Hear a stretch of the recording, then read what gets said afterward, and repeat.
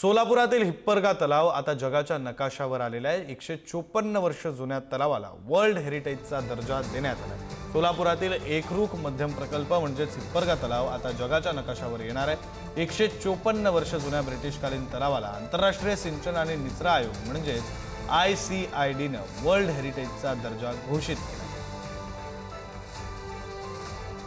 1871 साली सोलापुरातील हिप्परगा गावात तत्कालीन ब्रिटिश सरकारनं आदिला नदीवर हा तलाव बांधला।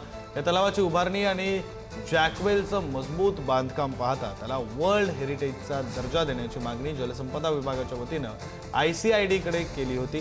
1.5 वर्षांनंतर या प्रकल्पाला जागतिक वारसा सिंचन संरचना म्हणून वर्ल्ड हेरिटेज दर्जा देण्यात आला आणि यामुळे सोलापुरातील हिप्परगा तलाव आता जगाच्या नकाशावर येणार आहे।